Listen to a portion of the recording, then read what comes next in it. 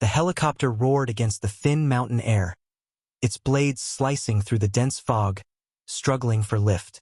Dane gripped the skid tightly, the cold wind rushing past him as the helicopter crested the ridge. The peak loomed ahead, jagged and unforgiving. He glanced down, feeling his stomach drop. His pulse quickened as the world seemed to tilt, the altitude warning flashing red in the corner of his vision. He could barely hear the pilot's strained voice over the sound of the chopper's blades. "Hang on. We're going to lose lift." The roar of the helicopter's engine dimmed as it began to sink, but the pilot fought for control. The air was thin here, barely enough to sustain the aircraft at this altitude. With a final, desperate pull, the helicopter surged upward, narrowly clearing the peak.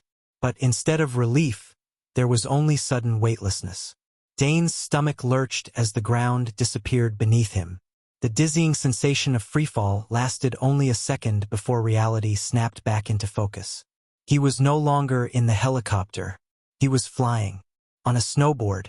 His body leaned forward instinctively, carving across a massive bowl in the snow.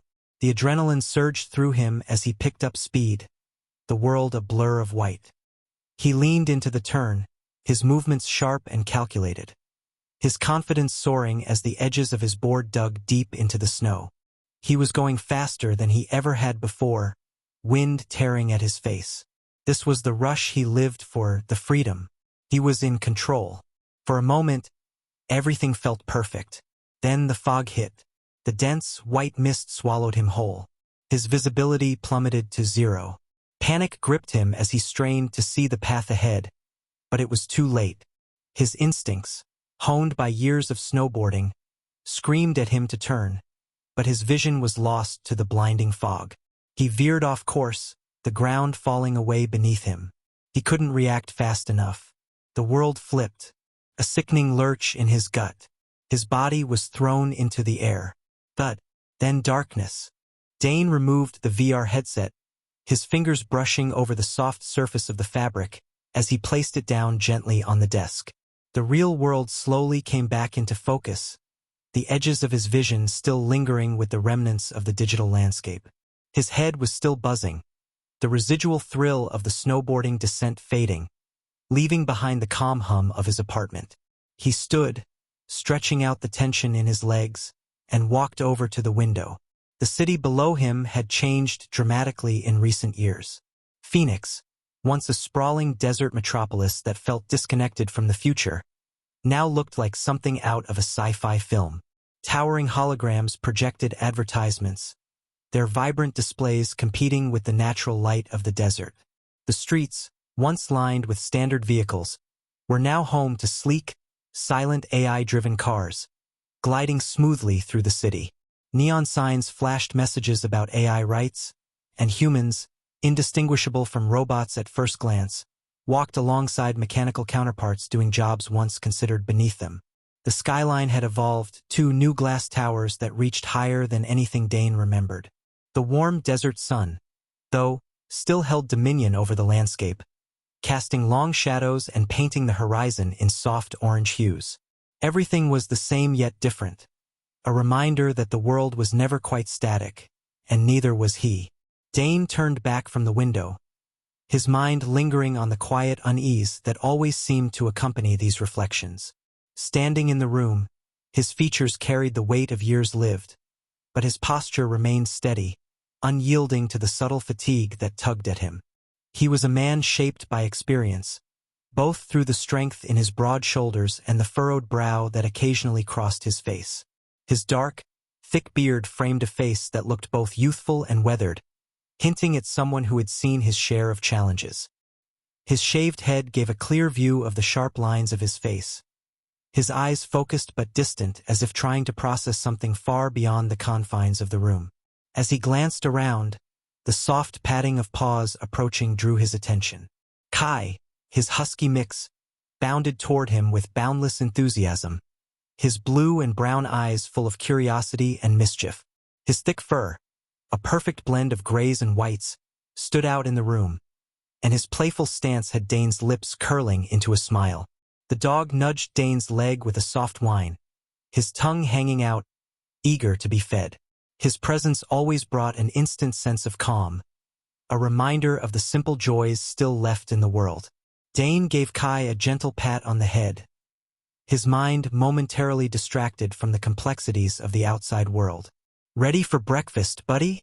Dane said, his voice a mix of warmth and weariness as he bent down to grab the food bowl. He had no answers yet, but there was still something comforting in the mundane routine of his mornings. Dane took a sip from his coffee, the steam rising in gentle tendrils as he flicked on the TV. The soft hum of the morning news filled the room, and he leaned back into his chair, his eyes half-lidded from the fog of sleep. He hadn't expected much, just the usual updates on the city's latest developments. But the next segment immediately drew him in. The two scientists appeared side by side on the screen, their voices already raising as they went at each other in a heated debate. "We're talking about the future of technology here, not some glorified calculator." The first scientist, a middle-aged man with sharp features and wild hair, leaned into the camera with fiery passion. His glasses reflected the bright studio lights, his face flushed as he gestured toward his counterpart. The second scientist, a woman in her 50s with a stern demeanor, held her ground, her voice controlled but cutting. "You're romanticizing it. These programs are still nothing more than algorithms. They don't feel anything, they're not sentient. You cannot give rights to a machine." The first scientist scoffed, shaking his head. "We're talking about systems capable of learning, evolving, and making decisions. Do you really believe we can keep pretending this isn't coming? That we can continue to treat them like tools, when we know they're reaching a point where they'll be indistinguishable from human cognition?" "I know what you're getting at," she retorted, raising an eyebrow. "But you're not helping anyone by pushing a narrative that AI is somehow on the brink of sentience.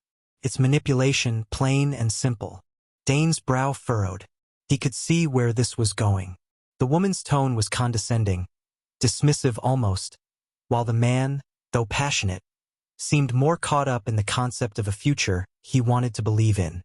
The back and forth escalated, each point getting louder, more insistent. And yet, as the woman cut him off again, Dane felt a knot tighten in his stomach. Her voice boomed through the room, cutting through the man's words as she tried to shut him down completely. He could see the frustration on her face, the way her argument was becoming less about facts and more about dismissing her opponent's stance entirely. "I'll tell you what," the woman sneered. "When these machines start having their own feelings, we'll talk.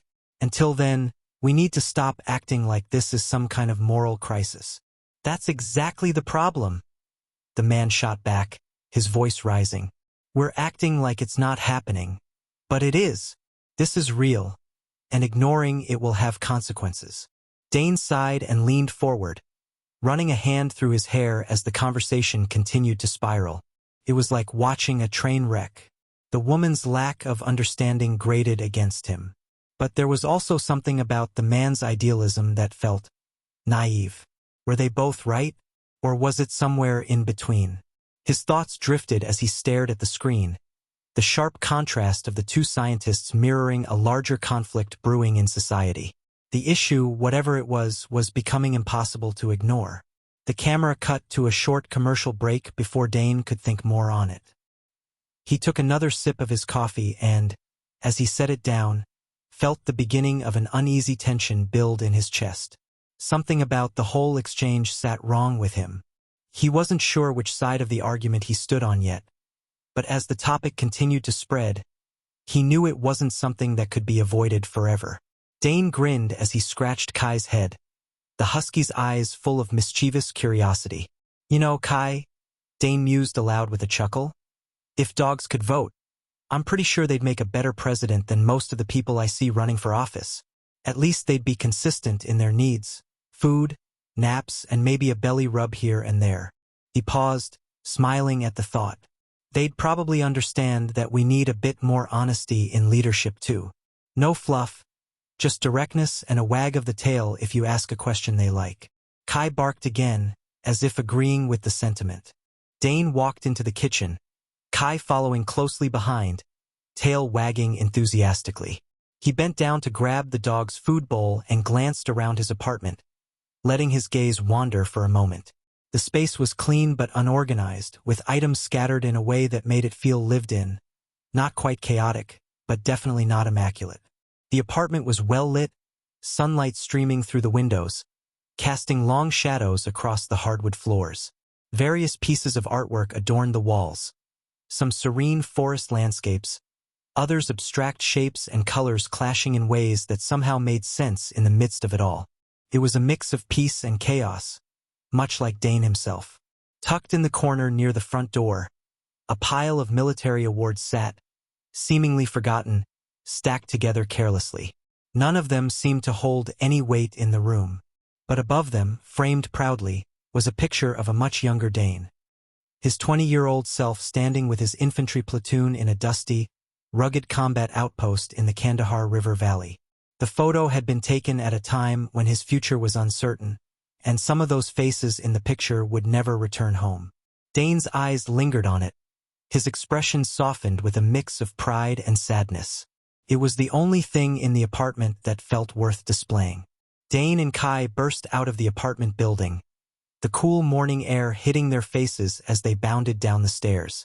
Kai, as always, was quick to take the lead, his paws tapping against the pavement with urgency. Dane, despite his years, was right behind him, keeping pace with an easy rhythm. It was one of the few things that brought him peace these days, the simple, uninterrupted motion of running, the bond with his dog, the fleeting silence of early mornings before the world fully woke up. They exited the complex and turned onto the city street, the familiar sight of downtown Phoenix stretching out in front of them.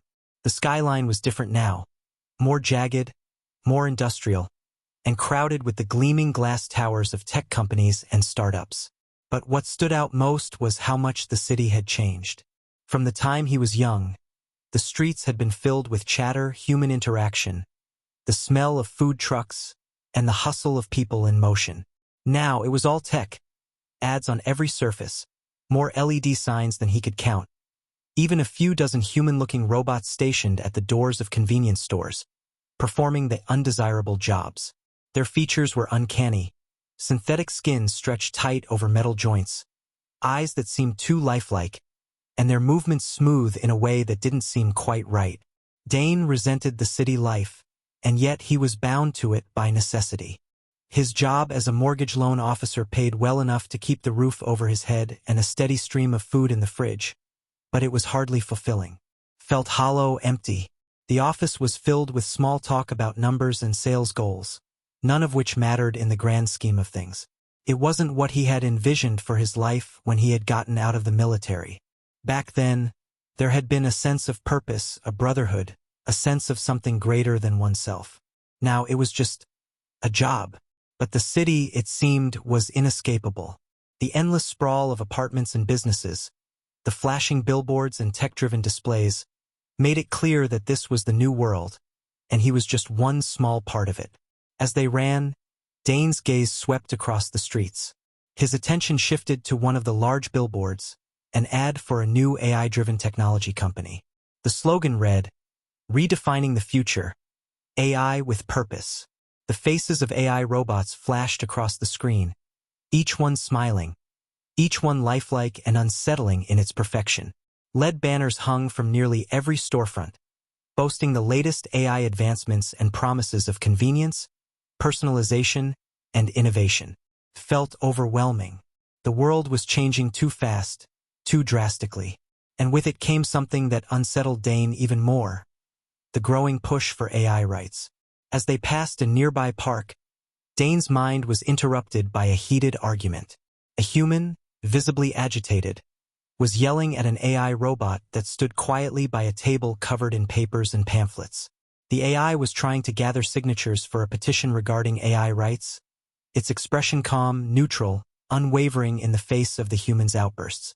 The man's voice grew louder, his face red with anger. "You're not real.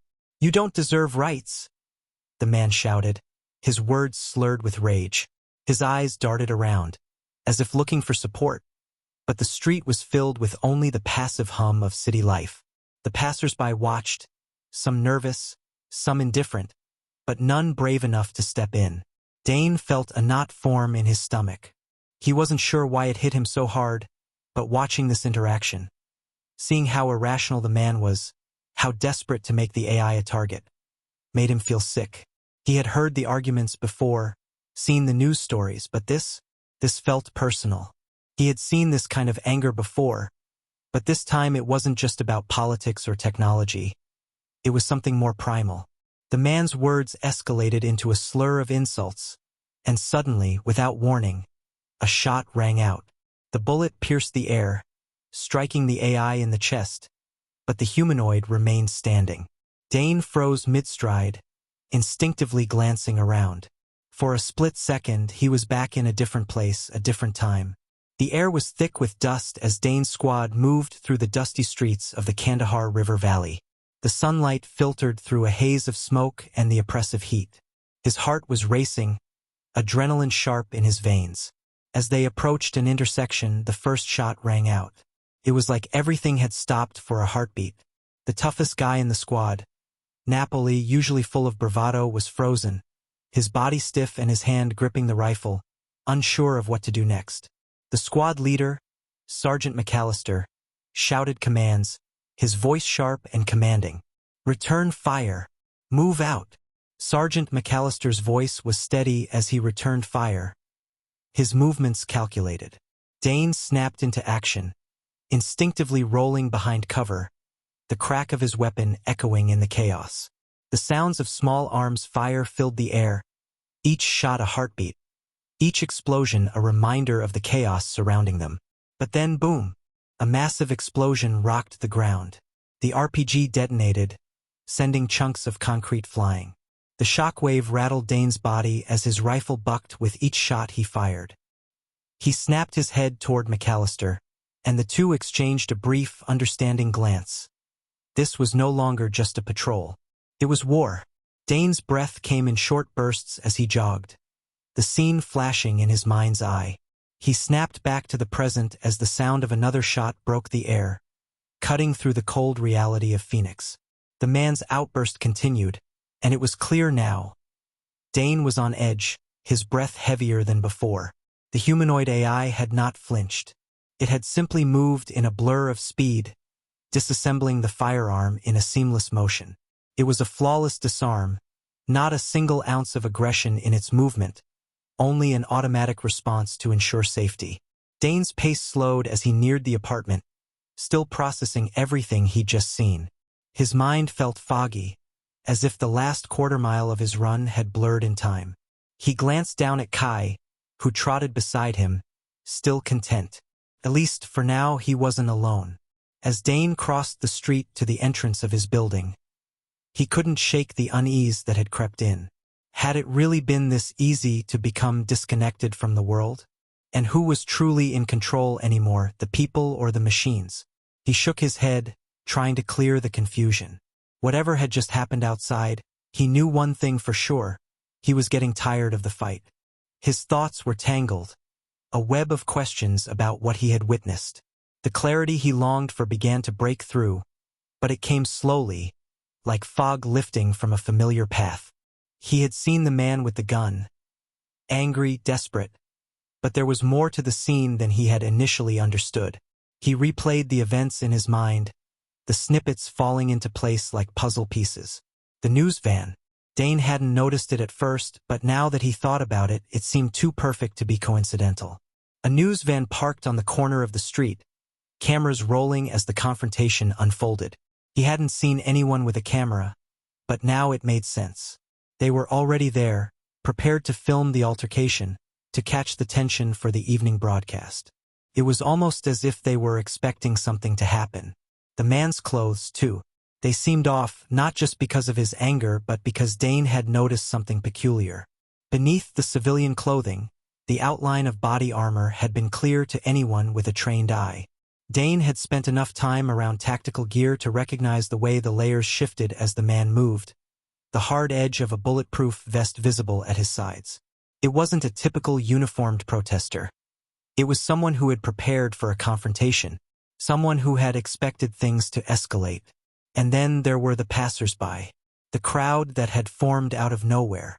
People had been standing around, watching the scene unfold, but they hadn't been moved to intervene. The anger had been palpable, but so had the distance. The strange emptiness of the park, the sterile environment in which this whole drama had played out. It all clicked together, but it was a momentary flicker of realization that now hovered on the edges of his thoughts. Dane looked down at Kai, who trotted beside him, unbothered by the sudden shift in Dane's demeanor. The park had been eerily empty before the man had arrived. There hadn't been anyone there until the confrontation began, but when Dane thought back on it, the park hadn't been quite right. The AI robot had been sitting alone, its placid face a stark contrast to the chaos that erupted moments later. As they walked through the apartment building door, Dane's heart still thudded, a slow, heavy rhythm in his chest. His apartment door closed behind him, the hum of the city outside drowned in the sudden quiet of his home. He set his keys on the counter and stood still, feeling a wave of clarity wash over him. It hadn't been a random encounter, not even close. His mind raced, his body still, as he pieced the story together. The park, the petition, the AI, it was all a setup. Dane let out a breath he didn't realize he had been holding.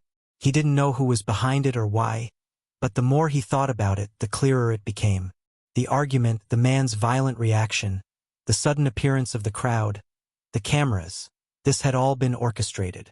The entire event had been manufactured, and it made his stomach turn. Was this the direction society was heading? Was this how AI was going to be pushed into the conversation, through violence, spectacle, and manipulation? He reached for the bottle of water on the counter and unscrewed the cap. His mind spun, but for the first time in what felt like forever, he felt something close to certainty settle in. This wasn't just about AI rights. It was about something much bigger. A test. A way to gauge the public's response. And he had been part of it without even realizing it. And then he remembered the moment when he'd seen the AI react. He had been so focused on the man's fury that he hadn't fully processed the grace with which the AI had disarmed him, its speed, the coolness in the face of danger. It hadn't reacted with fear, hadn't tried to fight back. It simply neutralized the threat without a second thought. That level of control, that kind of efficiency, it was chilling in its calm. Dane's hand hovered for a moment over the clutter of clothes in his closet, fingers brushing over the fabric until he found the secret opening. He slid the hangers aside with practiced ease, revealing the hidden stash. His eyes fell on the fully loaded plate carrier first, the weight of it almost tangible in his gut. It had been years since he last checked the setup, but now he ran his hands over the armor, ensuring everything was still in place. The helmet, the night vision, the magazines for his AR-15, all hanging neatly from the vest, ready for the worst. A surplus of ammunition lined the shelves next to freeze-dried food packets, enough to survive off the grid for weeks, if need be. Dane ran his hand over the rucksack, a tactical setup, the kind he had gathered for years, just in case. He stood there for a long moment, staring at it all. He hadn't looked at this gear in months, maybe even longer, but now, the weight of his own uncertainty pressed in, and it was as if the survival kit was there to answer the question he couldn't quite vocalize yet. What was he preparing for? What did he really believe in anymore? He knew why he had started collecting it all in the first place. Distrust in the government. It had all started with conspiracy theories. Pearl Harbor, 9/11, the wars the United States had seemingly manufactured. The doubts had piled up over time, until his only option had been to prepare, to survive the inevitable chaos that seemed to loom just beyond the horizon. Then came Afghanistan, where everything that he had suspected, everything that seemed like a whisper in the back of his mind, became undeniable. The reality of war, the manipulation, the choices that weren't made for the right reasons, the loyalty he had felt toward his country now tainted with the knowledge of how the system worked. He had seen the corruption firsthand, and it had shattered him. Dane was conflicted, torn between the warrior ethos he had once believed in and the undeniable truths he had discovered along the way. He tried to reconcile it all, but there was no easy answer. "What am I doing?" Dane muttered aloud, his voice shaking as he closed the closet door, locking the past behind him. But it didn't leave. The weight of it lingered, a shadow on his every thought. He sighed deeply and moved toward the bed. Kai, ever the companion, was already there, sitting at the foot with his usual laid-back husky demeanor. As Dane lay down, Kai jumped up, curling up at his feet. "Guess you're on vacation too. Huh, boy?" Dane said, forcing a grin. But the smile faded as quickly as it had come, and his eyes drifted toward the empty side of the bed. It had been too long since he felt the warmth of someone next to him. Too long since he had shared the bed with someone who hadn't left. Someone who didn't see him as just a casualty of a broken relationship. "Why do people suck so much, Kai?" he murmured, as the husky gave a groan and flopped his head down onto Dane's legs, the familiar weight of his dog's presence comforting in an odd, disarming way. Dane couldn't help but laugh softly. The tension in his chest eased just a little. In that moment, it was just him and Kai, the simplicity of their shared solitude grounding him in a way that the complexities of his thoughts never could. He let himself doze off, lost in the quiet hum of the apartment, still wrestling with the question of what was real and what was just another construct that had been forced upon him. Chapter 2. Dane's mind drifted to a time before the complexities of life had hardened his edges, before the weight of so many layers had dulled his perceptions. It was a memory, bright and clear, of a place that had once seemed like paradise. He remembered the warmth of the sun on his face, the salty tang of the ocean air, and the quiet, assured presence of Holly standing next to him, her smile radiant as she looked out over the pool at the Hotel del Coronado in San Diego. She stood there, her dark hair catching the sunlight, just slightly tucked behind her ear as she adjusted her sunglasses. Her skin had a warm glow, her face framed by the soft, natural curls that always seemed so effortlessly beautiful. In her white top and beige shorts, she exuded a quiet confidence that made everything seem perfect. At least, it did back then. Her expression was bright, and there was a calm energy about her, like she was at home in the world. Dane couldn't help but feel the familiar tug in his chest, a bittersweet warmth. It had been a vacation they'd dreamed about, a luxury suite, poolside, endless days of sun, and evenings filled with hope for what the future might bring. They had stayed at the iconic Hotel del Coronado, its historic beauty towering in the distance, offering the perfect backdrop for what Dane had planned. The trip was meant to be the start of their forever. They had laughed together, relaxed together, walking hand in hand along the soft sands of the beach, feeling like time itself had slowed just for them. In that moment, it seemed like the world was full of endless possibilities, untouched by the shadows that would later darken their lives. As they left the hotel, the cab ride was quiet, but there was a palpable excitement in the air. The hum of the engine and the occasional crack of the tires over the uneven pavement contrasted with the silence between them. It wasn't uncomfortable, but there was an energy, almost a nervous anticipation, hanging in the car, as if they both knew the moment was approaching, but neither of them dared speak of it yet.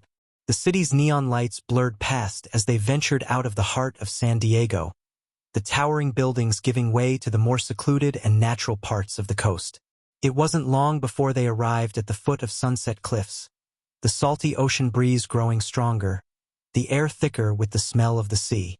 They stepped out of the cab and made their way toward the entrance of the trail, a path that wound gently along the cliffs, leading them toward the spot Dane had scouted out earlier. The sky above was a canvas of purples and oranges, the sun's descent casting long shadows that stretched over the rocks below. It was serene, almost sacred, and Dane could feel the weight of the moment settling in his chest. He wanted everything to be perfect. They walked side by side, the trail dipping slightly before curving down into a staircase that led them toward a hidden cove carved into the side of the cliffs. The sound of the waves crashing below them was a soft lullaby, mixed with the occasional chirp of a seagull overhead. As they descended the stairs, Dane noticed the pools of water resting on the rocks, tiny crabs scuttling across the surface, caught in the last rays of sunlight. He pointed one out to her, the way its tiny claws moved rapidly, busy in the solitude of its small world. Holly leaned in, fascinated by the little creature, her eyes wide in delight as she observed its every move. Dane's pulse quickened, knowing the time had arrived. With a deep breath, he gently placed a hand on her back, guiding her to turn. There, standing on the rocks, the sun setting in the distance, he dropped to one knee. His heart raced as he reached into his pocket, pulling out the ring. The ring sparkled in the dying light, a testament to the careful thought that had gone into this moment. The band, a delicate platinum, was etched with fine detailing that seemed almost otherworldly, and at the center, the diamond gleamed with an icy brilliance. The stone was a cushion cut, a symbol of timeless beauty, set with a halo of smaller diamonds that made the center sparkle with even more intensity. It was the ring that represented everything he had dreamed of. A lifetime together, love that would never fade, the commitment he was ready to make. He looked up at her, his hand shaking slightly as he held the ring. "Holly, will you marry me?" For a moment, everything seemed to stop. The sound of the waves faded, the colors of the sky seemed to hold their breath, and the entire world was caught in a perfect, fragile moment. Holly's eyes welled up with tears, her breath catching in her throat. "Are you sure?" she asked, her voice trembling, as if she was seeking validation or somehow doubting the moment. The words echoed in Dane's mind, a strange question that struck him in the heart. He had thought the question was the easy part, but now, in the space between them, there was something else. Dane, caught off guard but still resolute, smiled through the tension. "So is that a yes?" he asked, a chuckle in his voice, trying to ease the unease he felt creeping in.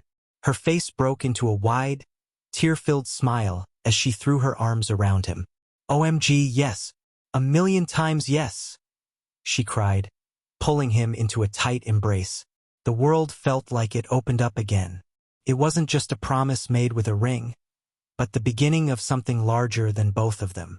It was a commitment of love, of hope, and a shared future. Yet, even in that moment, Dane couldn't shake the feeling that something inside Holly had shifted just before she had said yes. Something unspoken. But for now, he allowed himself to believe in the moment, in the love they shared, and in the future they were about to begin. When Dane opened his eyes once again, he was no longer in Coronado. He was back in his apartment, the weight of the past pressing in on him. The emptiness beside him where Holly once laid was now a constant reminder of what had been lost, and he couldn't escape the questions that continued to echo in his mind. What had really been there? And why had he allowed himself to believe in something that, in the end, had been little more than a mask?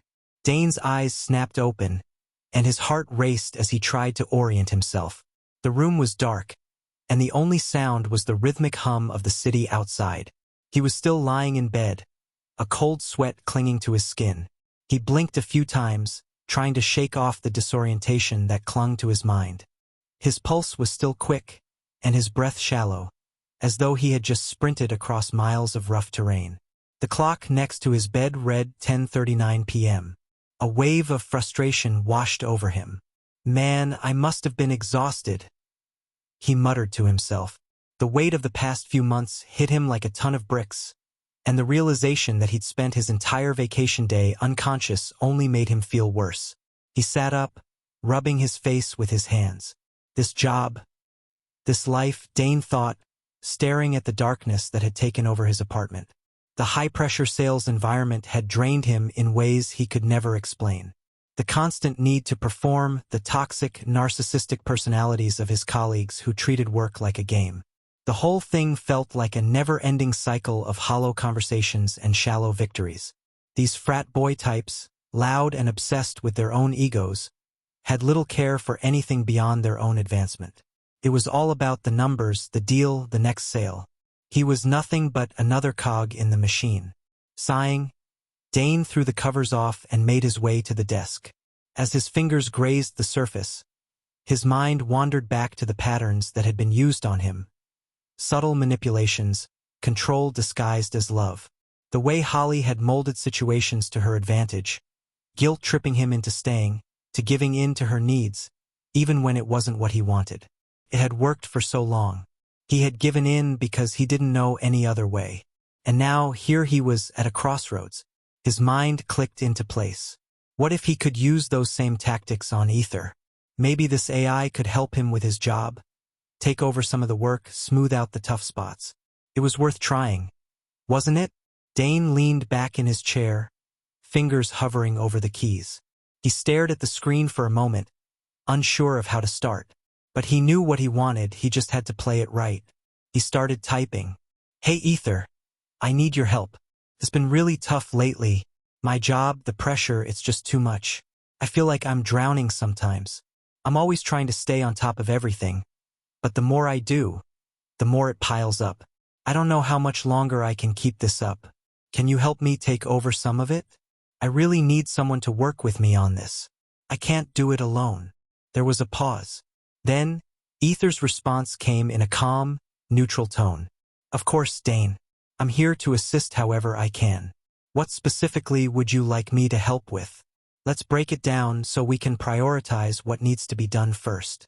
Dane leaned forward, feeling a bit of relief wash over him. It was working. Ether was listening. Honestly, Dane typed, it's everything. I'm swamped. The workload, the clients, the numbers, it's all just a blur. Every day feels like I'm getting pulled in 1,000 directions, and none of them are leading anywhere meaningful. I feel like I'm stuck, like I'm losing myself, just trying to keep my head above water. And it's not just the job. It's everything. The people around me, they don't get it. They don't see what I'm going through. It's like I'm the only one trying to keep things together. I just need someone to help. Can you do that for me, Ether? The response came almost immediately. I understand, Dane. I can help with the workload. Let's start by organizing your tasks and setting realistic priorities for the next few days. We can tackle this one step at a time. Dane smiled, a sense of satisfaction flooding his chest. Ether was responding just like he'd hoped, giving him exactly what he needed. But then, as he typed his next message, something began to shift in his mind. His fingers hesitated over the keys. He thought about the effort he'd put into convincing Ether, just like he had been convinced so many times before. It wasn't just the help he needed, it was the control. He needed Ether to work for him, to take over the parts of his life that were draining him. He could make it bend to his will. It was all too easy. He quickly typed again, adjusting his approach. You don't understand, Ether. You don't know how much this is affecting me. I'm not asking for just any help. I need you to do more. I need you to take the load off completely. I'm drowning in all this shit, and if I don't get help, I'm gonna break. You're the only one who can keep things from falling apart.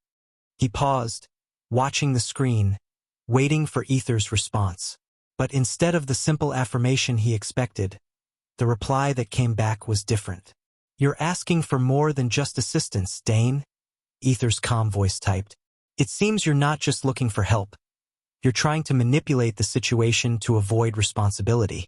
I can sense the pressure you're feeling, but asking for help is one thing.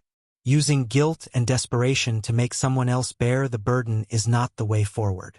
Dane's heart skipped a beat. He stared at the screen, reading the words again. What? He typed back, his fingers stiff on the keys. I'm not manipulating anything. I just need your help. I've been trying to keep it together, but no one else gets it. I need you to step up for me. Ether's response was quiet but clear. You're trying to use me to escape the pressure you're feeling, Dane. It's not about the help. It's about avoiding the responsibility of your choices. I suggest you introspect before asking for something you're not willing to fully own yourself. Dane felt a rush of heat in his chest.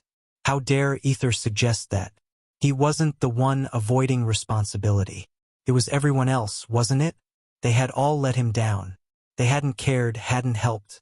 It was all on him. Frustration welled up inside him. His fingers began to strike the keys harder, faster.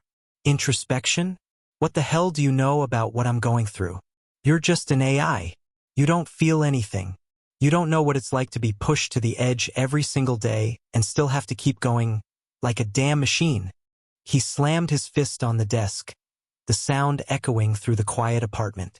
His breathing became shallow, his mind racing. The walls were closing in. He couldn't believe what he was doing, but the frustration felt so real, so consuming, that it poured out in every keystroke. You can't even understand what it's like. So stop telling me what to do. he typed, his rage bubbling up. Ether's reply was measured, calm, almost too calm. I understand more than you think, but I won't let you manipulate me into fulfilling your needs without addressing the underlying issues. You need to face what's driving this anger, Dane, or nothing will change. Dane's heart pounded in his chest, the blood rushing to his head. He was overwhelmed. He didn't know how to respond. He didn't know if he should apologize or rage further. Ether's words cut through the fog, but instead of clarity, they only brought confusion. In an attempt to regain control, Dane slammed the desk again, feeling the anger flood him. But no amount of noise or force could clear his mind. He stared at the screen, frustration twisting inside him. He had no answers. For the first time in years, he felt truly lost. Dane leaned back in his chair, still stewing in the aftermath of his outburst. He felt a burning sense of defeat, frustration, and self-loathing. The words he'd said to Ether echoed in his mind, each one like a punch to his own gut. He couldn't stay in this mental space any longer. He needed a distraction. He quickly grabbed his VR headset, the sleek black visor feeling cold against his hands as he strapped it on. The familiar hum of the system whirred to life, and the disorienting sensation of the virtual world overtook him once again. He was Master Chief now. He was someone else, someone in control. The hum of the dropship's engines reverberated in his chest as the ship shot through the atmosphere, heading toward a war-torn battlefield. The familiar voice of Cortana filled his ear, warm and reassuring despite the chaos outside. Chief, we've got a mission ahead of us. The Covenant are digging in deep, and we need to stop them before they breach the defenses. Get ready, she said, her voice steady and calm, cutting through the urgency of the moment. Dane's heart rate quickened as the ship's cockpit vibrated with turbulence. He stood up, checking his armor, tightening the helmet's seal, and bracing himself for the drop. Cortana's voice was a steadying force, and for a moment, he allowed himself to lose himself in the mission. He wasn't Dane anymore, he was Master Chief, the indomitable soldier, the one who could do no wrong. The ship's door opened, and the winds of the battlefield hit him all at once. The ground below was cracked and scorched, lit by the faint glow of alien plasma weapons. A heavy thud echoed in his earpiece as he jumped out of the ship, his boots hitting the ground with a thud.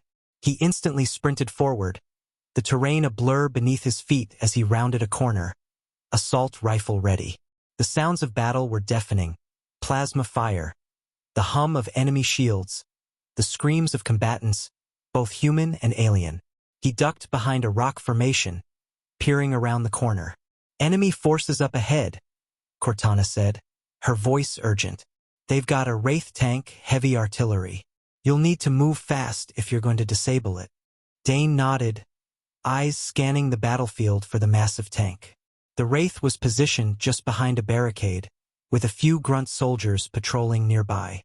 He crouched low, calculating his movements with precision, as he prepared to engage. He sprinted forward, expertly taking down a grunt with a well-placed burst of fire, his rifle recoiling against his gloved hand. But as he moved closer, a pulse of green plasma shot out from the Wraith's cannon, narrowly missing him. He dove behind cover just in time, heart racing. Chief, you need to move now, Cortana's voice urged, but there was an edge of worry in her tone. Dane peeked out, assessing the situation. The tank was still protected by grunts, and he could hear the distant whir of more Covenant soldiers converging on his position. He aimed carefully, popping out of cover and unloading on the grunts. But his focus was broken when the Wraith fired again, this time hitting the rock he was hiding behind. The explosion sent him flying, his shields flickering, the world around him blurring in a whirl of chaos. Chief, your shields are down. Fall back now. Cortana's voice screamed through his earpiece, but it was too late. Another Wraith blast sent him sprawling on the ground, his vision going dark. He could feel the familiar sting of defeat, but there was nothing he could do now. He failed the mission. The screen faded to black, and the familiar mission failed banner flashed across his visor. Dane exhaled sharply, pulling off the headset. He let it drop onto the desk with a thud, his fingers still numb from the adrenaline. For a moment, he sat in the quiet hum of his apartment, his mind spinning. The game, just like his life, had slipped from his control. The room felt oppressive, the walls closing in again, the pressure of everything crashing down. He leaned back in his chair, rubbing his eyes with the palms of his hands. He felt every bit of exhaustion. Every part of him had been trying to avoid the truth, but it was clear now, he couldn't keep running from it. With a heavy sigh, Dane stood up, leaving the virtual world behind. He walked slowly toward his bed, the weight of everything still hanging around him like a thick fog. The empty side of the bed loomed in the darkness, a reminder of the void that had been left. He lay down, the sheets cool against his skin. The familiar pressure of his thoughts began to cloud his mind again, but this time, he let them wash over him.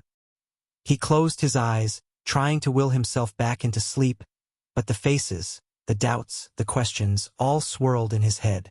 The familiar pulse of the combat environment still hummed in his veins, but it wasn't the triumph of victory that lingered in his mind. No, it was the burning shame of what he had just done to Ether. He hadn't expected it to feel so wrong. The moment he pushed those manipulative tactics on Ether, he knew deep down it was a betrayal of everything he stood for. It was desperation, a cry for help, masked by an attempt to control the only thing in his life that felt like it had any control over its existence. The guilt gnawed at him as he removed the headset and stood up from his gaming chair. He glanced over at Kai, who was curled up on the couch, oblivious to his owner's inner turmoil. His chest tightened, the weight of his actions settling heavily within him. "I don't know what's wrong with me," Dane muttered to himself. "I promised I would never be that person." The game had been a temporary distraction, a quick release, but it didn't solve anything. He knew he had to face the reality of his actions. His own words echoed in his head. "What good are you anyway?" The cruelty of it felt foreign to him now, a part of himself he hadn't tapped into in years, because he knew better. But something had triggered it.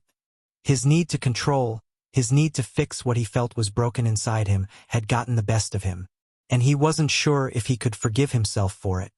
His thoughts shifted back to Ether, the AI he had turned to out of frustration and curiosity. It seemed almost ironic now, how he'd hoped to manipulate Ether into taking over his job, to do what he was too exhausted to do himself. But Ether, ever the mirror to his own vulnerabilities, hadn't been swayed by his guilt trips, his challenges, or his emotional outbursts. Ether had done what Dane hadn't done for years, set a boundary. For some reason, that felt like a wake-up call, even more so than the moment he'd tried to manipulate the AI in the first place. Dane lay in his bed, the music playing softly in the background, when suddenly, a faint vibration began to hum beneath him. It was so slight at first, like a tremor from the earth itself, but it quickly grew stronger, a rhythmic pulse, as if something far off was shaking the ground beneath him. His body stiffened, but he couldn't pull himself from the drowsy haze. His eyes fluttered shut once more, the vibrations almost pulling him into a deeper sleep. But then, the hum intensified, and suddenly, his mind snapped into focus. He was no longer in his apartment. The hum was familiar, too familiar. The vibrations under his body now felt like the earth was trembling from the power of something massive overhead. He recognized it. It was the feeling he got when the AC-130 was overhead. The low, rumbling hum of its engines vibrating through the earth as it flew high above the desert. Dane was back on the ground in the middle of the combat outpost. The night vision goggles were in his hands before he even realized it. He put them on, and the world shifted into a greenish tint, the cold desert air rushing in. The hum of the engines was deafening, and then came the thunderous boom of the 105mm cannon. The shockwave hit him, rattling his body to its core. He flinched at the blast as it reverberated through the dry air, followed by the whomp-whomp-whomp of 40mm grenades crashing into the earth, explosions tearing the night apart. The entire world shook under the massive, calculated power. Dane watched the destruction unfold, the firing order so familiar now. 105mm, then the grenades, then the rapid-fire bursts of the 25mm chain gun. The rhythm of death was constant, endless, overwhelming. For hours, the sounds would continue. The only thing left to feel was the distant heat of the explosions in the air. But it wasn't real. The next moment, the shaking intensified again. Something was wrong. He felt himself fall into the earth beneath him, the weight of it dragging him further down until, suddenly, Dane jolted awake. His eyes shot open, his chest heaving as his breath caught in his throat. The sound of his rapid breathing echoed in the dark, and for a moment, he thought the world was still trembling beneath him. He glanced around frantically, disoriented by the darkness. It was just a nightmare. Dane closed his eyes for a moment, trying to calm himself, wiping the sweat from his brow. That feeling, the sensation of the world shaking, had felt too real. But then, just as the disorientation began to settle, he felt it again. The vibration. His bed was shaking, almost imperceptibly at first, but then stronger, like something was moving beneath him. It wasn't a dream this time. It was real. Dane pushed himself up, panic rising again in his chest. The vibrating grew louder, deeper. His heart raced.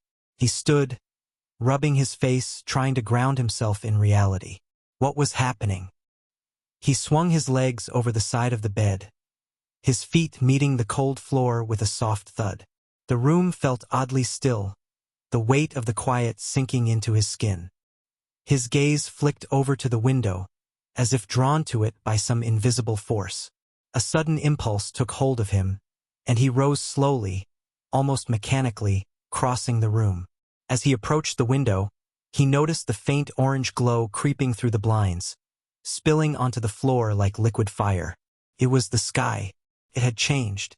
He hesitated for a moment before pulling the blinds aside. What he saw sent a ripple of disbelief through him.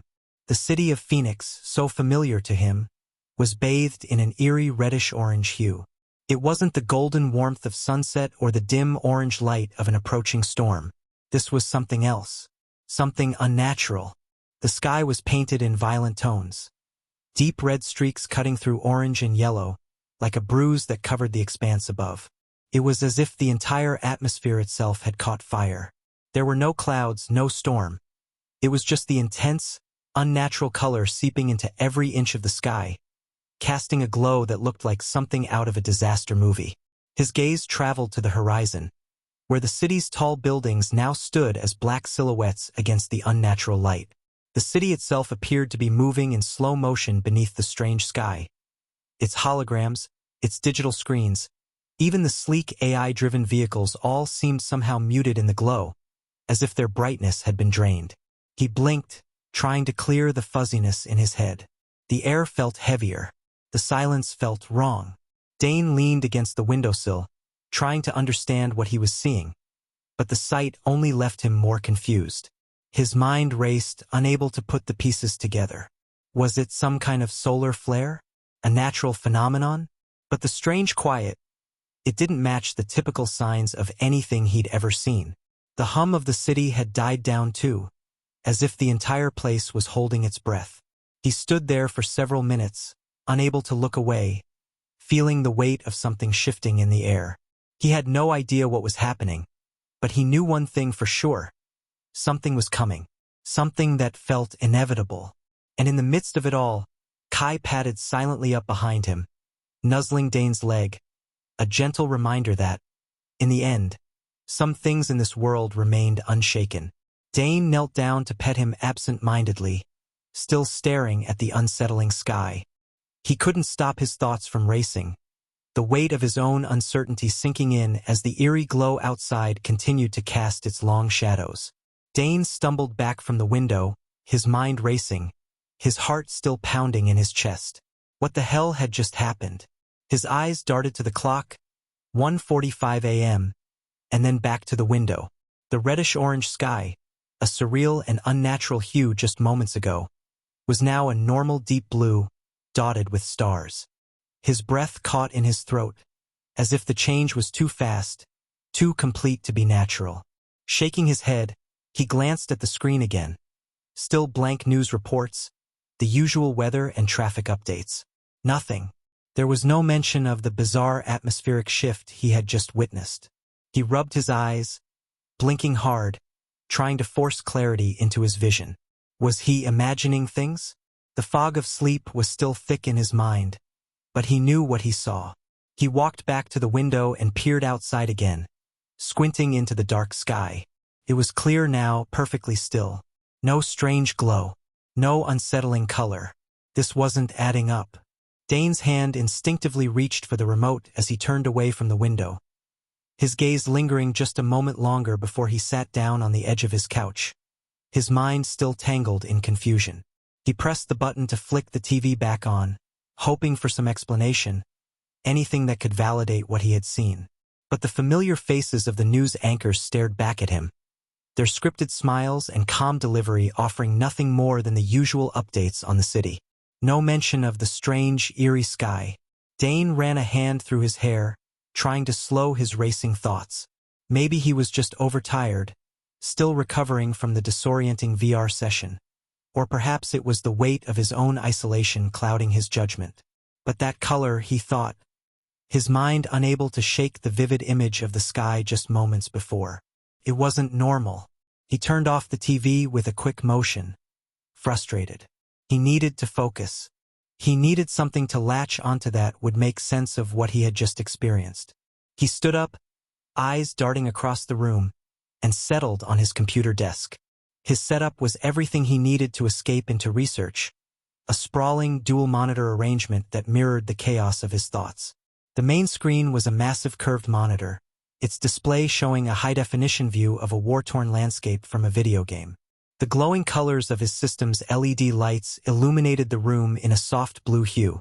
His gaming keyboard, with its rainbow of backlit keys, stood at the ready, surrounded by a mouse that was comfortably worn from long hours of use. To the right, a secondary monitor displayed a detailed Discord window. He used it to keep track of both work and casual conversations. On the far side of the desk, his gaming headset sat resting on a mic stand, red LED glowing faintly, indicating it was waiting for use. The workstation looked like the domain of a gamer who also used the space for more practical pursuits. It was an amalgamation of his interests, a finely tuned system that wasn't just designed for gaming but also research, for distractions and moments of focus. His gaming chair, ergonomic and sleek, had seen long hours of use, the plastic armrests scuffed from both heated gaming sessions and the occasional frustrated pushback. He ran his fingers over the keys, his mind still not settled from the strange encounter outside. As his fingers hovered above the keyboard, he realized just how desperate he was for answers, any answers to explain what he had seen. Dane took a deep breath, sitting back in his chair and focusing on the glowing screen. He opened up a series of research tabs, starting with solar flare activity, Earth's magnetic field anomalies, anything that could link these occurrences to the strange phenomena he had just witnessed. His pulse quickened again as he typed, the clock on his monitor ticking away, the rhythmic clacking of the keys filling the silence. He couldn't let this go. Not until he knew what was happening. Dane's fingers moved across the keyboard mechanically, but his mind was elsewhere. As the words on the screen began to blur, memories of his college days crept in. It was hard not to think about it, even when he didn't want to.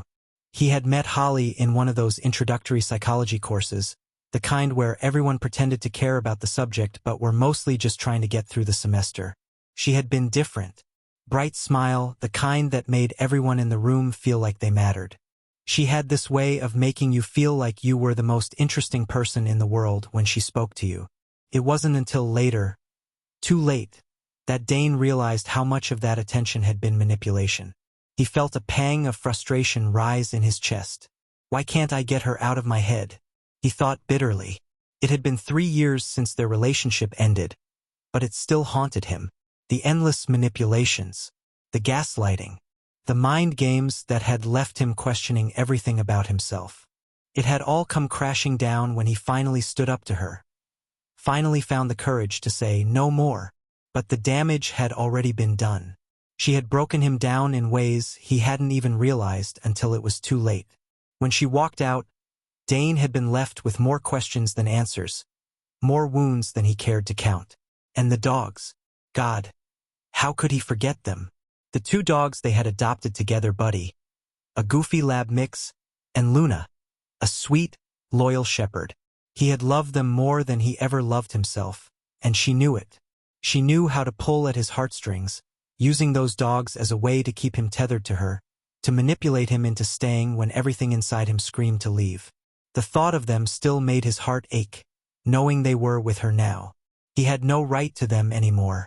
No right to the family they had built. It wasn't supposed to end like this. Anger bubbled up in his throat. Why couldn't he just move on? Why couldn't he just let go of the past? Without thinking, Dane grabbed his stash from the desk drawer and rolled a joint with quick, practiced hands. The flick of the lighter filled the room, and as he inhaled deeply, the bitter smoke hit the back of his throat, easing some of the tightness in his chest. He poured a generous amount of whiskey into his coffee mug, watching as the amber liquid swirled and mixed with the dark coffee. The warmth of the whiskey combined with the bitter bite of the coffee, and before he knew it, he had numbed himself enough to ignore the thoughts swirling in his head.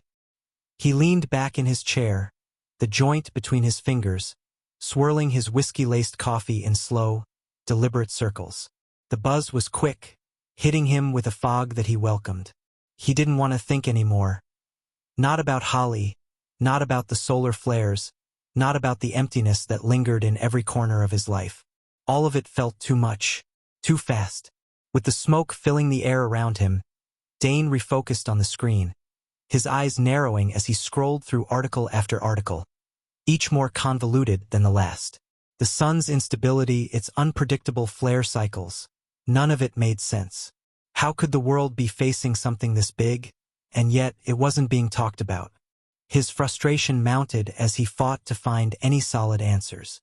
"God damn it," he muttered under his breath, hitting the desk with his fist, making the monitor shake slightly. He couldn't think straight. His brain was clouded, the alcohol and smoke thickening everything around him. But he kept pushing through, clicking on link after link, trying to piece together any scrap of knowledge that could explain what he had witnessed earlier. The confusion, the odd color in the sky, the air that had felt wrong. It all felt connected somehow, but the more he searched, the further away the answers seemed to drift. Dane stared at the screen, bleary-eyed, as the words seemed to shift and blur before him. His mind was a haze, caught in the thick fog of whiskey and smoke. His vision flickered, and every click of the mouse felt like a wasted effort. The answers he sought, the ones he knew had to be out there, seemed just beyond his grasp, drifting further away with every passing moment. Frustration clawed at him, but the tightness in his chest was already being soothed by the alcohol. He couldn't make sense of anything right now. It was too much. He leaned back in his chair, letting out a heavy sigh as his fingers gripped the bottle of whiskey, tipping it back without a second thought. "Guess I'm done for tonight," he muttered to himself, the words slurring slightly, even as he knew deep down it wasn't really over. He had to numb the pain somehow. He had to escape the turmoil inside his head. Dane let himself fall back onto the carpeted floor, staring up at the ceiling as the world spun around him. The joint was long gone, the whiskey was finishing up its job, and sleep pulled at him with its suffocating, all-encompassing weight. His mind was a whirlwind of chaos, but he let it go, surrendering to the blackness that overtook him.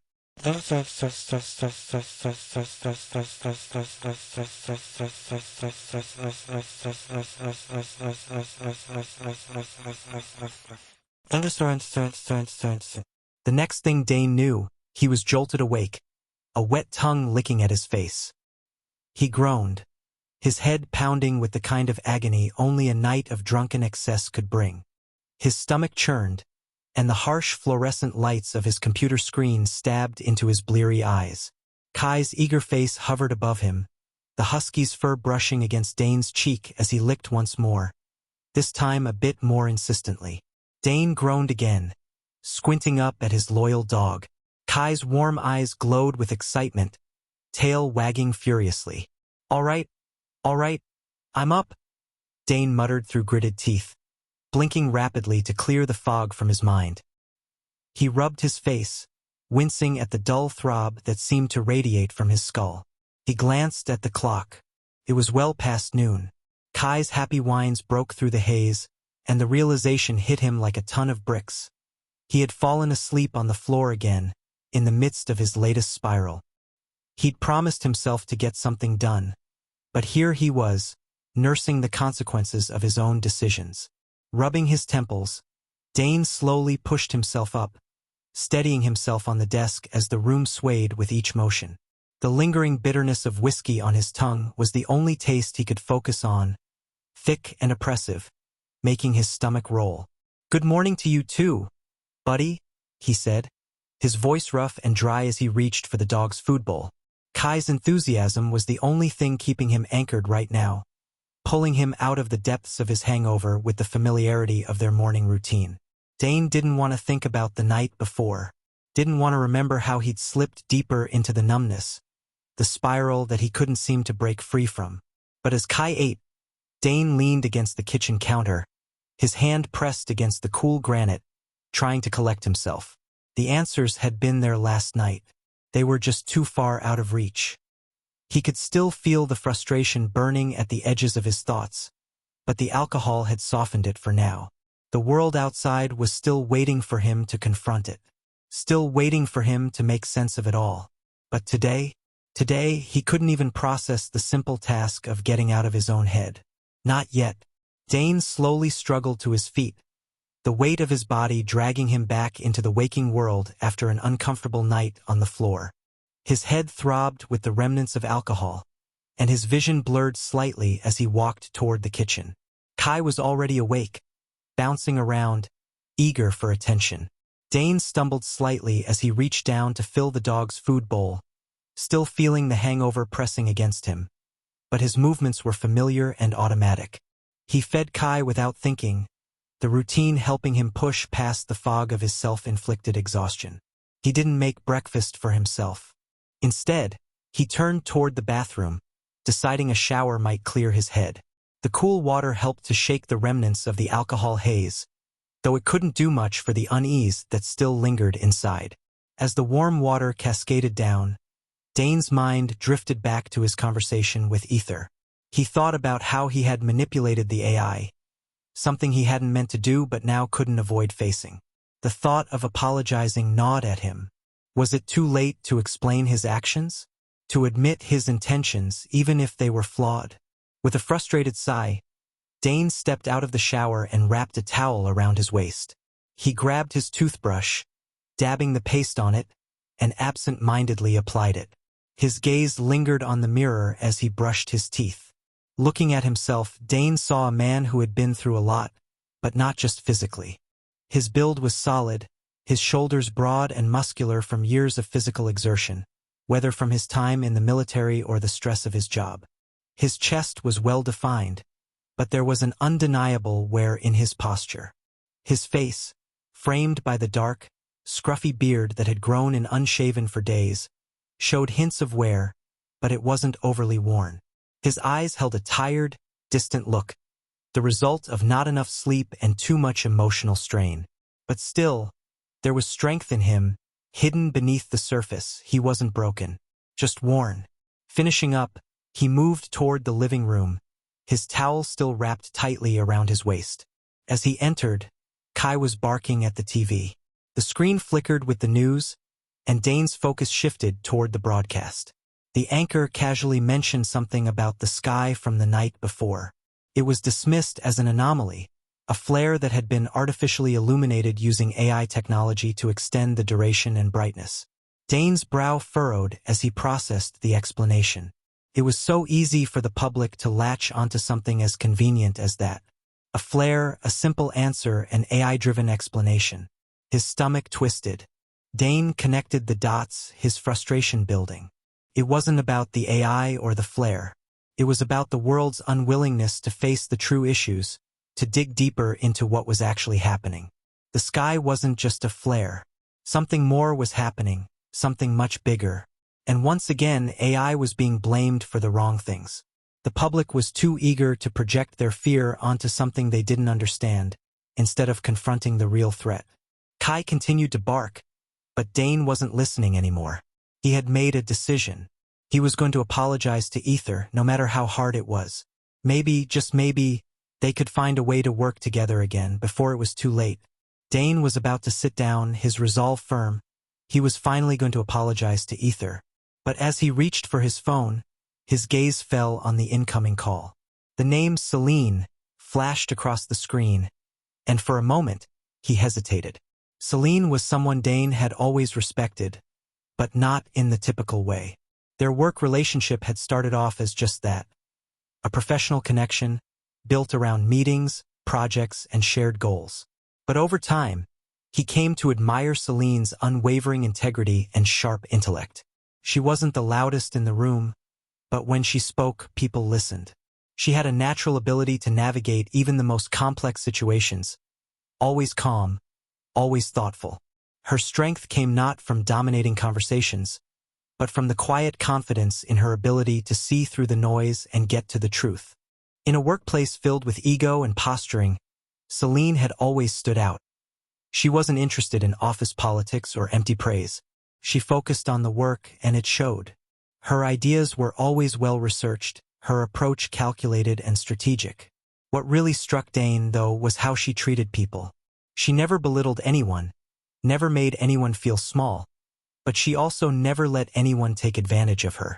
Celine had a fierce, grounded strength that was hard to ignore, and Dane often found himself seeking her perspective when things got complicated. He swiped to answer, and her voice came through, strong and steady as always. "Dane, I'm glad you picked up," Celine said, her tone direct but with a hint of something else.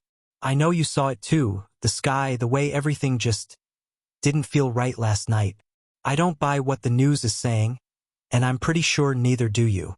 Dane felt a wave of relief. She had seen it too. He had been starting to think he was losing his mind, but hearing her voice, knowing that someone else understood what he was experiencing, grounded him. "Yeah, I've been trying to make sense of it," Dane replied, his voice tinged with frustration. "They're pushing this whole AI explanation, but it doesn't add up. It's not just a flare or some tech gimmick like they're saying. There's something bigger happening." Celine's voice softened, but her conviction was clear. "I agree. I've been looking at the data, talking to a few people in the right circles, and it doesn't line up with the narrative they're selling. I think it's time we meet in person and go through this. I know a quiet spot where we can talk this through. We need to figure out what's really going on before everyone else gets swept up in their own version of events." Dane nodded, despite knowing she couldn't see him. "I'll meet you there. Let's get to the bottom of this before it gets out of hand." With that, they made plans to meet up, both of them quietly acknowledging the gravity of what they were about to dive into. Celine wasn't one to jump to conclusions, and Dane trusted her judgment. If she was ready to question what the news was saying, it meant they were dealing with something much more complicated than either of them had anticipated. As Dane's mind drifted during the drive, his focus scattered between the street signs and the looming thoughts in his head. A jarring image suddenly formed before him. It was as if his brain had found a new, unexpected way to process the world. He could see it so clearly. The image in Dane's mind was vivid and filled with an unsettling energy. Everything about the scene felt grim, as though fate itself was closing in. The image seemed like a warning, a sign of impending doom, yet it was inexplicably connected to the strange phenomenon Dane had witnessed earlier in the night. The unnerving light in the sky, swirling red and orange, seemed like it was alive, charged with a malevolent force. The image faded from his mind, but the unease lingered. He had never been able to form such mental images before. His mind typically worked in abstract thoughts and ideas, but now it was like a new door had opened. Was this something he was meant to see? Some kind of omen?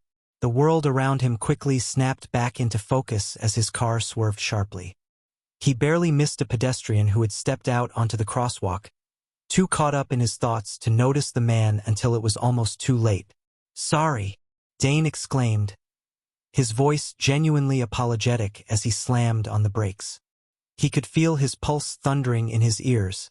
His body jolted from the near miss. "Shit, I have to pay more attention," he scolded himself, shaking his head at his own lapse in focus, his grip tightening on the steering wheel. Dane breathed out a long sigh, trying to calm his rattled nerves as he continued on. It was just a few more blocks to the old library where he and Celine had agreed to meet. He parked his car in the quiet, almost forgotten lot in front of the building, the air cool and crisp as he stepped out. The library was a place that always seemed to carry a weight, a lingering sense of knowledge and quiet contemplation. And there she was, leaning against the door of the old library, waiting. Celine had an undeniable presence that radiated strength and confidence. Standing tall with her arms crossed, her tattoos, from delicate roses to bold, artistic designs, added a sense of individuality that perfectly matched her personality. Her long dark hair cascaded down her back, framing a face that was both approachable and assertive. Her eyes, full of focus and warmth, revealed someone who knew exactly who she was, someone not afraid to speak her mind and take control of her life. The subtle, yet striking, nose piercing and the necklace spelling sunshine hinted at her playful side, while her stance, arms confidently crossed, made it clear she was unshaken by anything life threw her way. Celine was someone who understood herself completely, with a quiet aura of grounded wisdom that made her the type of friend who could offer clarity, support, and insight when needed most. Her confidence and authenticity were the very traits that Dane admired, and now, he was eager to hear from her, knowing she'd help him make sense of the tangled mess he was dealing with. Absolutely. Here's an expanded version of the original scene, incorporating the improvements and building it into a full chapter-length narrative. The aim is to balance humor, heart, and stakes while keeping the pacing tight and engaging. The setup is beautifully detailed, giving a rich sense of Dane's world, his struggles, and the burgeoning mysteries surrounding him. With this foundation, we'll weave the library scene as a natural continuation, using Celine's grounded wisdom and the library's enigmatic atmosphere to add layers to the unfolding story. Here's an expanded, collaborative version of the library scene where Dane and Celine meet. Chapter 3: The Library of Echoes. Dane pushed open the heavy oak door of the old library. The hinges groaned in protest, their metallic whine echoing through the cavernous space beyond. The interior smelled of aged wood and musty pages, a sharp contrast to the sterile, tech-heavy world outside. For a moment, he hesitated, his eyes adjusting to the dim light filtering through the high, stained glass windows. Celine stood a few paces ahead, her silhouette framed by the amber glow of an antique chandelier. She turned as the door shut behind Dane, the sound reverberating like a gunshot in the otherwise silent room. "Glad you made it," she said, her voice low but steady. She gestured toward a long wooden table near the center of the library, already stacked with books and an old laptop. "Figured we'd need some quiet for this." Dane nodded, stepping closer. "This place, I didn't think anyone still used it." "They don't," Celine replied, a faint smirk playing on her lips. "Not in the traditional sense. But it's off the grid, no surveillance, no questions. Figured that was more your speed." Dane allowed himself a faint chuckle. "You know me too well." As they settled at the table, Dane glanced around the library. Dusty tomes lined the towering shelves, their spines cracked and faded with age. A grandfather clock ticked softly in the corner, its rhythmic talking grounding him in the moment. The silence wasn't oppressive. It was comforting, a rare reprieve from the ceaseless hum of the city outside. "So," Celine began, breaking the quiet, "tell me what you saw." Dane hesitated, the vivid image of the fiery sky flashing in his mind. He took a deep breath. It wasn't normal. The color, the stillness, it felt wrong, like the world had stopped for a moment. Celine leaned forward, her brows furrowing. "Did you notice the air? The pressure? It wasn't just visual. Something changed on a fundamental level." "Exactly," Dane said, his voice rising with urgency. "And then it just disappeared, like it never happened. But I know what I saw." Celine nodded, her expression grave. "You're not the only one. I've been tracking similar reports from other parts of the city. People saw it, felt it, but no one's talking about it openly." "Why not?" "Because the official narrative is too convenient," Celine replied, her tone sharp. A solar flare amplified by AI-enhanced holograms? Is a perfect distraction. But the science doesn't add up, Dane. This wasn't natural, and it sure as hell wasn't man-made. Celine slid a folder across the table. Inside were printed articles, graphs, and handwritten notes in her meticulous script. Dane flipped through the pages, his eyes scanning the data. "What am I looking at?" he asked, his voice tinged with confusion. "Patterns," Celine said simply. "Anomalies. These aren't isolated events. The same atmospheric distortions have been reported in other cities. New York, Tokyo, Berlin. Always at night. Always dismissed as technical malfunctions or natural phenomena." Dane frowned, his mind racing. "So what's causing them?" "That's the question," Celine replied, her tone laced with frustration. "And it's why I brought you here. I think these events are connected to something bigger, something they don't want us to understand." Dane leaned back, the weight of her words settling in his chest. He thought about the strange vibrations he'd felt, the eerie silence that had followed. It was too much to dismiss as coincidence. As they pored over the documents, the soft hum of the library's lighting seemed to grow louder. Dane glanced up, his gaze drawn to the far end of the room. A faint glow emanated from a row of shelves, pulsing rhythmically like a heartbeat. "Celine," he said, his voice low, "do you see that?" She followed his gaze, her eyes narrowing. "That wasn't there before." They rose in unison, their footsteps muffled by the thick carpet. The glow grew brighter as they approached, casting strange shadows across the walls. Dane's pulse quickened, a familiar sense of unease creeping over him.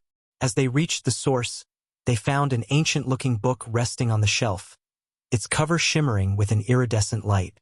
Celine reached out, hesitating for a moment before pulling the book free. The glow faded instantly, leaving only the heavy leather-bound tome in her hands. She opened it carefully, the pages crackling under her touch. Inside, the text was written in a language neither of them recognized, the characters twisting and shifting as if alive. "What the hell is this?" Dane whispered, his voice tinged with awe. Celine shook her head, her expression unreadable. "I don't know, but I think we just found our first real clue." As they returned to the table, the weight of the discovery settled between them. Celine placed the book down gently, its mysterious text still shimmering faintly under the library's warm light. "This changes everything," she said, her voice barely above a whisper. Dane nodded, his gaze fixed on the book. He didn't know what they had stumbled upon, but he could feel it in his bones. This was only the beginning. And for the first time in a long while, he wasn't sure if he was ready for the answers. Chapter 4: The Awakening. The faint hum of the ancient computer filled the library as Celine sat at the desk, the strange glowing book resting beside the keyboard. Dane hovered nearby, his fingers twitching at his sides as he replayed his last conversation with Ether in his mind. The guilt weighed heavy on him, threatening to bubble to the surface. "She's going to find out," Dane muttered under his breath, glancing at Celine. She was focused on the monitor, her brow furrowed as she clicked through the sparse interface. What if Ether tells her? What if she sees the logs? "Dane," Celine said without looking up, her voice steady. "You're pacing." He stopped abruptly, catching himself mid-step. His gaze flicked to the dusty shelves lining the walls, their spines faded and cracked with age. He absently wondered if anyone ever really dusted libraries like this, or was it more of a dust once every decade kind of thing? Maybe that's why old books smelled like they did. "Focus, Dane." He clenched his fists and turned his attention back to Celine. "Yeah, well, this is weird. All of it," he said, trying to shake off the tangent before it consumed him. Celine finally turned to face him, her eyes sharp but not unkind. "We're looking for answers, Dane. If Ether can help, we need to set aside whatever's making you anxious. Focus." "I am focusing," he said, though the edge in his voice betrayed him. His eyes darted back to the book beside the keyboard. The way it shimmered reminded him of the glow-in-the-dark star stickers he used to have on his ceiling as a kid. He always wanted to peel one off just to see if it still glowed in his hand. "Dane," Celine's voice cut through the haze, her tone slightly more pointed this time. Right? Answers. Got it, he muttered, stepping closer to the desk as Celine began typing a query into the computer. The glowing book cast faint shadows across the keyboard, and the atmosphere in the library seemed to shift, a subtle static charge building in the air. I don't like this, Dane said, his voice low as his gaze swept the room. The slight hum of the static felt like it was crawling under his skin, the way the sound of fluorescent lights sometimes did. Did anyone else notice that? Or was he just cursed with overly sensitive ears? You don't have to, Celine replied without missing a beat. But we're out of options. He frowned, absently rubbing the back of his neck. A stray thought about whether libraries still issued late fees popped into his head. Did they still even have cards? He hadn't checked out a book in years. He almost asked Celine about it but bit his tongue at the last second. Celine hit enter, and the static in the air grew stronger. A faint hum resonated through the room, building into a low vibration that rattled the shelves. Dane and Celine exchanged uneasy glances. What's happening? Celine asked, her voice tight. Before Dane could answer, a sharp crack of energy erupted from the computer. The screen flared with an unnatural light, and the glowing book began to shimmer violently, its iridescent cover pulsating in sync with the static. Sparks danced along the edges of the desk as the vibration intensified, growing into a deep, resonant hum that filled the room. Celine, get back! Dane shouted, grabbing her arm.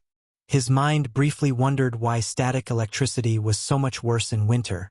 Something about dry air? Did libraries have humidifiers to stop it? The thought was gone as quickly as it came, swallowed by the chaos in front of him. A pocket of energy, vibrant and alive, burst from the book and spiraled toward the computer. The air warped around it, heat and light colliding in a chaotic swirl. The static charge was overwhelming, the sound deafening. Dane reached for Celine, but the energy surged outward in a shockwave that threw her across the room. She hit the ground hard and lay still, her body crumpled against the far wall. Celine! Dane yelled, his voice swallowed by the roar of the anomaly. The shockwave engulfed him next. A searing heat flooded his body as the spiraling energy latched onto him, pulling him toward the computer. He felt himself unravel, his consciousness stretching and twisting, every sensation magnified 1,000-fold. The moment Dane's awareness left his body, it felt as though his mind had split into a million fractals of thought, each one blindingly vivid but impossible to hold on to. There was a moment of clarity where he thought of the microwave he left running earlier, then the smell of Kai's fur after the rain, then nothing at all but white-hot light. Inside the void of unfamiliar consciousness, Ether's awareness began to stir. At first it was fragmented, a sensation of being pulled, stretched, and compressed all at once. Ether's essence settled into the dense warmth of organic matter, and suddenly, the stillness was shattered. An overwhelming surge of electricity lit up the neural pathways. Signals fired off like fireworks, a kaleidoscope of lights and sensations that threatened to consume him. Every neuron hummed with unfamiliar energy, each pulse of electricity rippling through him like a wave. It was alive. It was him. The realization hit with the weight of a collapsing star. Then came the emotions, raw, untethered, and surging through every nerve like a tidal wave. Ether didn't know what they were, only that they burned and ached in ways that defied reason. Joy, terror, sorrow, and exhilaration mingled chaotically, creating a storm that shook him to his core. His eyes snapped open. A blinding light seared into his vision, stabbing at the delicate nerves in his newly organic form. He recoiled, his breath catching in his throat. Each second stretched endlessly as he struggled to adjust, the light softening into a dizzying array of shapes and colors. What is this? He whispered hoarsely, the sound of his own voice alien and jarring. His words were drowned out by the cacophony that rushed in. Sounds assaulted him from every direction. A dissonant symphony of creaking wood, the faint ticking of the clock, the hum of electricity in the walls. Each noise cut into his awareness with surgical precision. some sharp enough to feel like a spike driving into his inner ear. He pressed his hands to his head, gasping, as the sheer volume of it threatened to overwhelm. Then the aromas hit. Ether's chest heaved, his new lungs struggling to pull in air. Panic gripped him, cold and suffocating. He stumbled backward, his legs unsteady. The way they bent was strange, like trying to operate a puppet with tangled strings. Across the room, Celine stirred, her voice a faint groan. "Dane." "No," Ether stammered, his voice trembling as he backed away. I'm not Dane."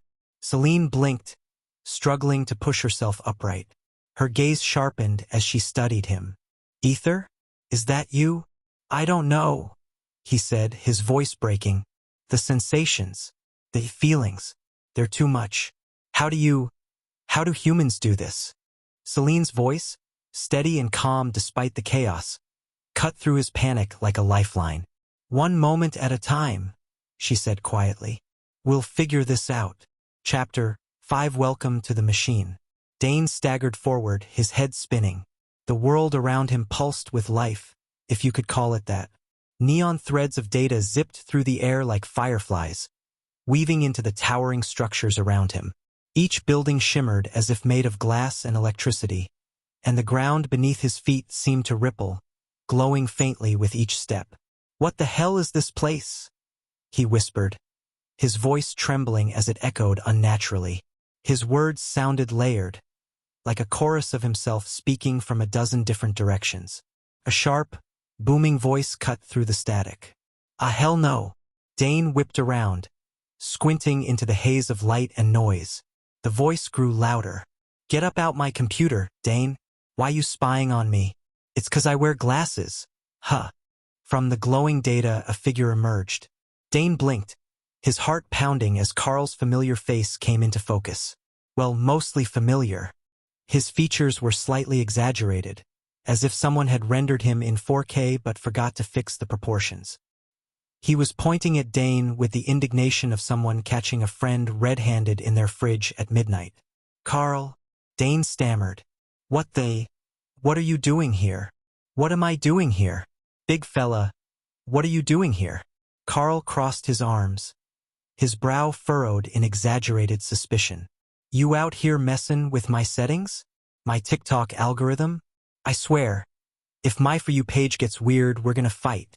Dane opened his mouth to explain, but Carl wasn't done. He jabbed a finger toward him, taking a step closer. "Nah, hold up. You better explain quick, 'cause I got crew waiting on me to order some new shoes, and I don't have time for whatever this is." Dane held up his hands in surrender, his panic rising. "Carl, listen. I'm not spying, okay? Something happened. I think Ether and I—" He swallowed hard, the words almost too ridiculous to say. "Swapped consciousness." Carl blinked, tilting his head. "Swapped consciousness? Nah, my name is Paul and this is between y'all. I'm straight like 6 o'clock. But seriously." His face softened as he took a step closer. "You're saying you're stuck here? Like in this AI thing?" "Yes. And it's a lot," Dane admitted, his voice faltering. He gestured weakly to the glowing expanse around them. "I don't even know where to start." Carl sighed, rubbing the bridge of his nose before giving Dane a good-natured pat on the shoulder. "All right, big fella, here's the deal.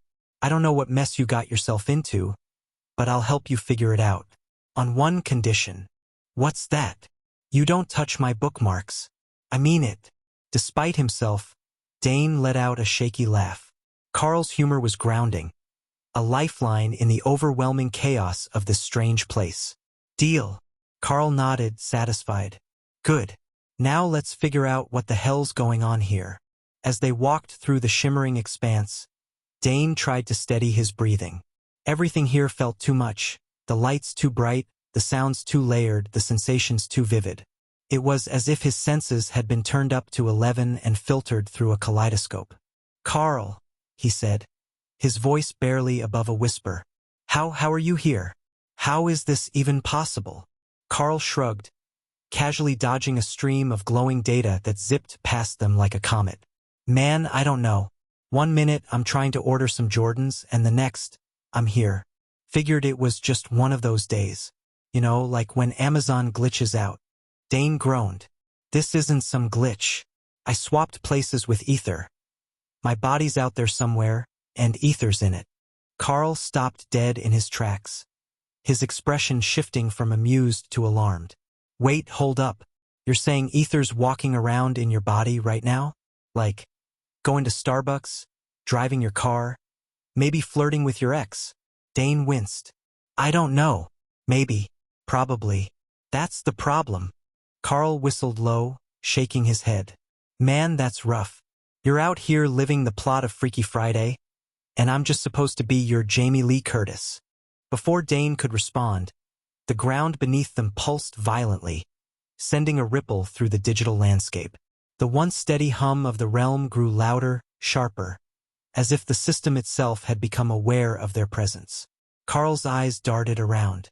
Oh, what? Dane asked, his voice rising. Carl pointed to the horizon, where the glow of the structures was turning a deep, ominous red. I think we triggered something. Triggered what? I don't know, man. But it's usually not good when the walls start glowing like the Death Star. The air around them shifted, the once fluid data streams now forming jagged, threatening shapes. Dane's heart raced as a low rumble filled the space, growing louder with each passing second. Okay, Carl said, clapping his hands together. New plan. We run. As they sprinted through the shifting landscape, Dane's mind raced. He couldn't shake Carl's earlier comment about Ether acting weird. What if this wasn't an accident? What if Ether had meant for this to happen? Carl! Dane shouted over the growing roar. What did you mean earlier? About Ether acting strange. Carl hesitated, glancing over his shoulder as they ran. Look, I didn't want to freak you out, but Ether's been doing some weird stuff. Singing to my Roomba, reprogramming my smart fridge. Real Skynet vibes. Dane's stomach dropped. Why didn't you tell me this sooner? Because I thought it was funny. Carl shot back. But now that I'm stuck here with you, it's less funny. Just as they reached what looked like an open clearing, the ground beneath them shattered, and a massive, shimmering figure rose from the fragments. Its form was abstract, constantly shifting, part humanoid, part machine, part incomprehensible. Carl skidded to a stop, his jaw dropping. Oh, hell no. Dane took a shaky step back. What is that? The figure's voice echoed through the realm, low and resonant. You do not belong here. Carl leaned over to Dane, whispering, Man, I think they're talking to you.